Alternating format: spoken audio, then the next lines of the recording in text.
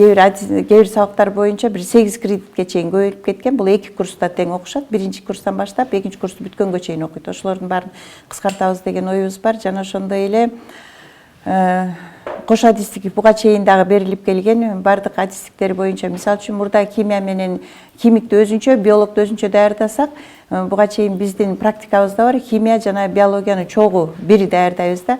Ал эми азыркы 12 жылдыкка өтүү программада бизде 3 адистикти бир даярдап беришибиз керек болуп атат. Бул жерден мисалы үчүн STEM предметтери боюнча химия, биологияга кошуп физиканы даярдап беришибиз керек.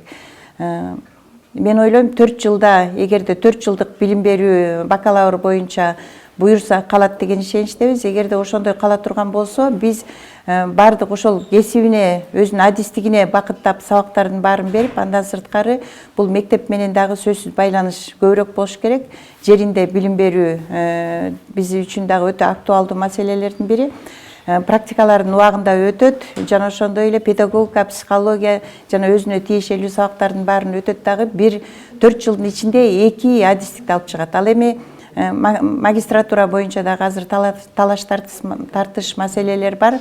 Ал жерде магистратураны, мисалы үчүн азыр учурда биз күндүзгү формада окугандыкы 2 жыл, ал эми сырттан окуу формасында 2,5 жыл.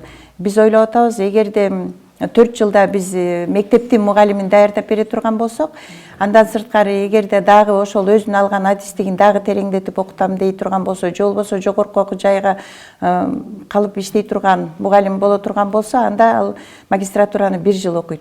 Ал эми профилин алмаштырса, ал дагы 1 жылга дагы биз 1 жыл кошобуз деп ойлоп атабыз. Ошондо магистратурага өзүнүн профилине кайра уланта турган болсо 1 жыл, ал эми профилин алмаштыра турган болсо 2 жыл деп.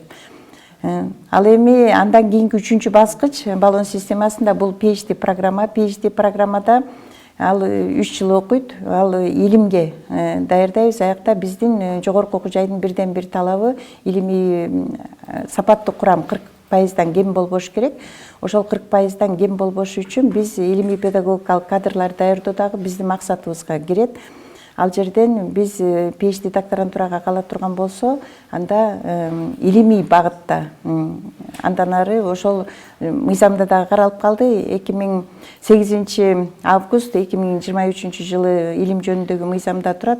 Эгерде PhD докторантураны бүтө турган болсо, окумуштуулук даража, мындайынча айтканда, илимдин кандидаты менен бир деңгээлге келтирген.